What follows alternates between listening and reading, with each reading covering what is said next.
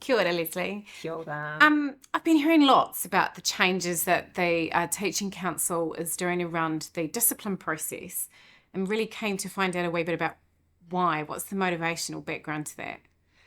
Well, first, thanks for coming and asking your questions. I think it's great and really pleased to have you here. The motivation for the changes, a few things happened at the same kind of time. I was getting a lot of complaints about the length of time the process was taking, where a matter was being considered by the council. I was also, I had received a pretty serious complaint from a group of schools that our process was racist, and that made me kind of stop and take stock of, is it time to have a really good look at it?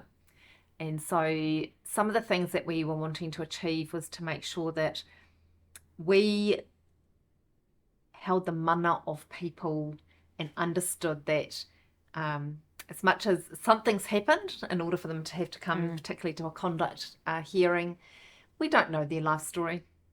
We're not, in that space of judging them or saying they're good or bad or otherwise. And so part of this was really doing a lot of thinking to say, how do we make this fair? How do we make sure that the high standards the teaching profession have are maintained? Transparency for the parties that should know what's going on. And that's balanced with privacy and confidentiality, but I think our weighting was so much on ensuring the teacher had privacy and confidentiality that people like the principal or the professional leader or board who kind of submitted the thing ended up in the dark and really unsure. So there was transparency, there was the balance of privacy and confidentiality, and of course that's important.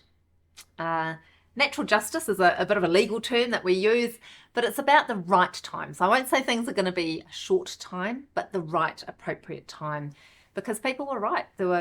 Most of our cases were taking a really long time, and the impact to the teacher, their family, whānau, their school and centre community, everybody was kind of on tenterhooks waiting for this to come to an end.